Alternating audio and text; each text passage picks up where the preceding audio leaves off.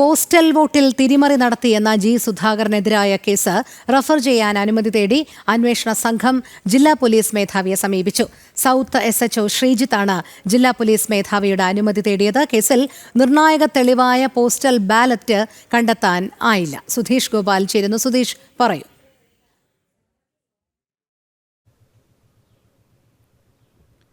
രോഹിണി, 1989 ലോക്സഭാ തെരഞ്ഞെടുപ്പുമായി ബന്ധപ്പെട്ട പോസ്റ്റൽ വോട്ടിൽ കൃത്രിമം കാട്ടിയെന്ന കേസിലാണ് ഇപ്പോൾ അതിൻ്റെ തെളിവുകൾ ശേഖരിക്കാൻ സാധിക്കാത്തതിനാൽ ഈ കേസ് റഫർ ചെയ്യുന്നതിന് അന്വേഷണ ഉദ്യോഗസ്ഥൻ അനുമതി തേടിയിരിക്കുന്നത്. ജില്ലാ പോലീസ് മേധാവിയോടാണ് അനുമതി ചോദിച്ചിട്ടുള്ളത്. ആലപ്പുഴ സൗത്ത് CI ആണ് ഈ കേസ് അന്വേഷിച്ചിരുന്നത്. അത് NGO യൂണിയൻ്റെ സമ്മേളനത്തിന് മുന്നോടിയായി നടന്ന ഒരു പരിപാടിയിൽ ജി സുധാകരൻ നടത്തിയ ഒരു പ്രസംഗത്തിൻ്റെ പേരിലാണ് കേസ് എടുത്തിരുന്നത്. എന്നാൽ കേസ് എടുക്കുമ്പോൾ തന്നെ അതിന് അടിസ്ഥാനമായ ഒരു തെളിവും ഈ കേസ് നിലനിൽക്കുന്നതല്ല എന്ന നിയമോപദേശവും മറ്റും നിലനിൽക്കെ തന്നെയാണ് ഈ കേസുമായി മുന്നോട്ട് പോയത്. ജാമ്യമില്ലാ വകുപ്പുകളടക്കം ചുമത്തിയാണ് മുൻ മന്ത്രി കൂടിയായ മുതിർന്ന CPM നേതാവ് ജി സുധാകരനെതിരെ പോലീസ് കേസെടുത്തത്. ഈ കേസെടുക്കുന്ന പശ്ചാത്തലത്തിൽ തന്നെ ഇതിൽ സംസ്ഥാന നേതൃത്വത്തിൻ്റെയും സർക്കാരിൻ്റെയും സമ്മർദ്ദങ്ങൾ, കേസ് ജാമ്യമില്ലാ വകുപ്പുകൾ ചുമത്താൻ സമ്മർദ്ദമുണ്ട് എന്ന ആക്ഷേപം ഉയർന്നിരുന്നു. ഇതിന് തൊട്ടു പിന്നാലെ അമ്പലപ്പുഴ MLA ആയ H. സലാം